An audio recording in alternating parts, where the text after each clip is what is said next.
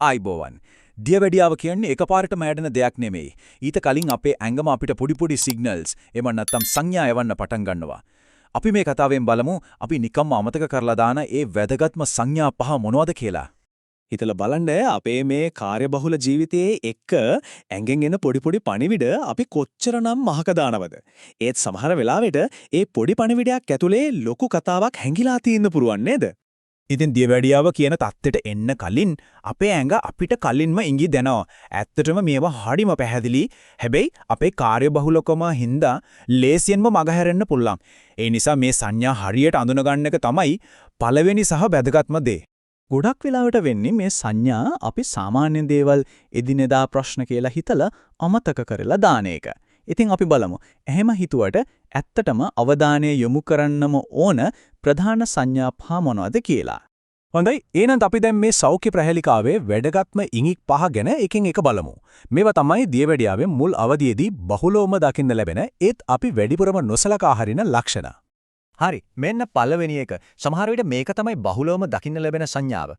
කොච්චර වතුර බිව්වත් කට වේලෙන ගතිය පිපාසය යන්නෙම නැති ගතියක් දැනනවද?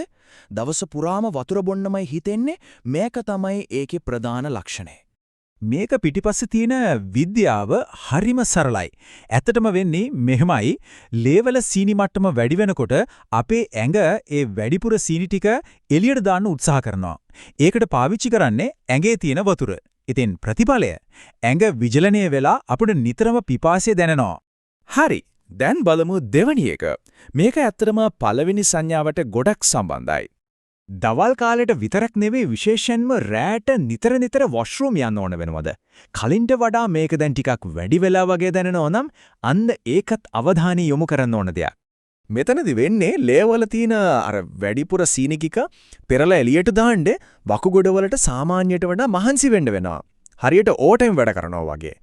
මේ වැඩිපුර ක්‍රියාකාරීත්වය නිසා තමයි නිතරම මුත්‍රා පිට වෙන්නේ. හරි. දැන් අපි බලමු තුන්වෙනි සංඥාව. ශරීරයේ සුවවීමේ ක්‍රියාවලියට මේක බලපාන්නේ කොහොමද කියන එක. හිතන්න පොඩි තුවාලයක්, සීරීමක්, එහෙම නැත්නම් සමය ආසාදනයක් වුණාම ඒක සනීප වෙන්න වෙනදට වඩා හුඟක් කල් යනවද? මේකට හේතුව තමයි ලේවල සීනි මට්ටම ඉහළ යන එක අපේ රුධිර සංසරණ පද්ධතියේ වේගය අඩු කරනවා. ඉතින් ලේ ගමනාගමනය හරියට සිද්ධ නොවුනාම තුවාලයක් සුව වෙන්න ඕන කරන පෝෂණයයි ඔක්සිජනුයි ඒ තැනට ලැබෙන එක පරක්කු වෙනවා. අන්න ඒකයි සුව වෙන්න කල් යන්නේ. හරි. ඊළඟට අපි කතා කරන මේ සංඥාව නම් ඇත්තටම ගොඩක් දෙනෙක් මේක නිකන් සාමාන්‍ය මහන්සියක් නේ කියලා හිතලා අමතක කරලා දාන දෙයක්. කොච්චර හොඳට නිදාගත්තත් දවස පුරාම දැනෙන අමුතුම මහන්සියක් තේට්ටුවක් තේනවද?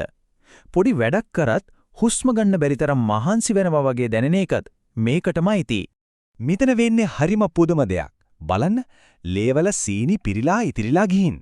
ඒත් ඇඟේ සෛලවලට ඒ සීනි පාවිච්චි කරලා ශක්තිය හදාගන්න බෑ.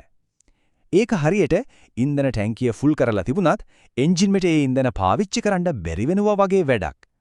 අන්න ඒ නිසා තමයි ඇඟට නිතරම මහන්සි දැනෙන්නේ. හොඳයි. දැන් අපි බලමු පස්වෙනි සහ අවසාන සංඥාව. මේ తත්වය අපේ ඇස් පෙනීමට බලපාන්න පුළුවන් කොහොමද කියලා. සමහර වෙලාවට එකපාරටම පෙනීම ටිකක් අපැහැදිලි වෙනවා, බොඳ වෙනවා වගේ දැනෙනවද? විශේෂයෙන්ම ෆෝන් එකේ ස්ක්‍රීන් එක, එහෙම නැත්නම් කම්පියුටර් ස්ක්‍රීන් එක දිහා බලනකොට ඇස්වලට අමුතු වෙහෙසක් දැනෙනවා නම් ඒකත් මේකට සම්බන්ධ වෙන්න පුළුවන්. මොකද ලේවල සීනි මට්ටම එකපාරටම ඉහළ පහළ යනකොට ඒක කෙලින්ම අපේ ඇසේ කාචයට බලපානවා. සීනි මට්ටම වැඩි වුණාම ඇසේ කාචය ඉදිමෙන්න පුරුවන්. මේ ඉදිමීම නිසා කාචයේ හැඩය වෙනස් වෙලා අපිට తాවකාලිකව පෙනීම බොඳ වෙන්න හේතු වෙනවා. හරි. අපි දැන් මේ සංඥා පහම ගැන කතා කළා. හැබැයි මෙතන තියෙන වැදගත්ම දේ තමයි මේවා තනිව බලන එක නෙවෙයි, මේ ලක්ෂණ ටික එකට එකතු වුණාම අපිට කියන කතාව මොකක්ද කියලා තේරුම් ගන්න එක. මේක නම් බොහොම පැහැදිලිව මතක තියාගන්න ඕන දෙයක්. මේ කියපු ලක්ෂණ වලින් එකක් තිබුණු පළියට කාට හරි දියවැඩියාවක් තියෙනවා කියලා තීරණය කරන්න බෑ. මොකද මේවට තවට ඕන තරම් වෙනත් හේතු තියෙන්න පුළුවන්. එහෙනම් අපි ඇත්තටම අවධානය යොමු කරන්න ඕනේ මොන වෙලාවටද? තීරණාත්මක කාරණේ තමයි මේ. මෙන්න මේක තමයි ප්‍රධානම පණිවිඩය. අපි කලින් කතා කරපු ලක්ෂණ වලින් දෙකක් හෝ තුනක් එකම වෙලාවේ අත්විඳිනවා නම් අන්න ඒ වෙලාවේදී නම් කිසිසේත්ම පමා නොවි වෛද්‍යවරයෙක් හමු වෙලා රුධිරයේ සීනි මට්ටම පරීක්ෂා කරගන්න එක අනිවාර්යෙන්ම කරන්න ඕන දෙයක්. හොඳයි. දැන් අපි බලමු මේ තත්ත්වයෙන් ආරක්ෂා වෙන්න අපිටම අනුගමනය කරන්න පුළුවන් සරල හැබැයි හරිම ප්‍රබල පියවර කිහිපයක් ගැන. මේවා අපේ ජීවිතේට හරිම ලේසියෙන් එකතු කරගන්න පුළුවන් දේවල්. මේ පියවර 4 දිහා බලන්න. 1. සීනි අඩු කරන එක. විශේෂයෙන්ම පැණි බීම, රස කැවිලි වගේ දේවල්. 2. දවසට අඩුම විනාඩි 30ක්වත් ඇවිදින එක. 3.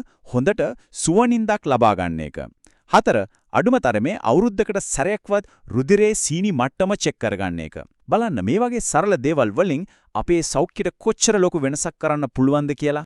ඉතින් අවසාන වශයෙන් මේ ප්‍රශ්නය ගැන මොහොතක් හිතන්න. මේ කතා කරපු දේවල් වලින් තමන්ගේම සෞඛ්‍ය වෙනුවෙන් අද දවසේදීම පටන් ගන්න පුළුවන් එකම එක හොඳ පුරුද්දක් මොකද්ද? මොකද ඒ පළවෙනි පියවර ගන්න එක තමයි හැමදේටම වඩා වැදගත් වෙන්නේ.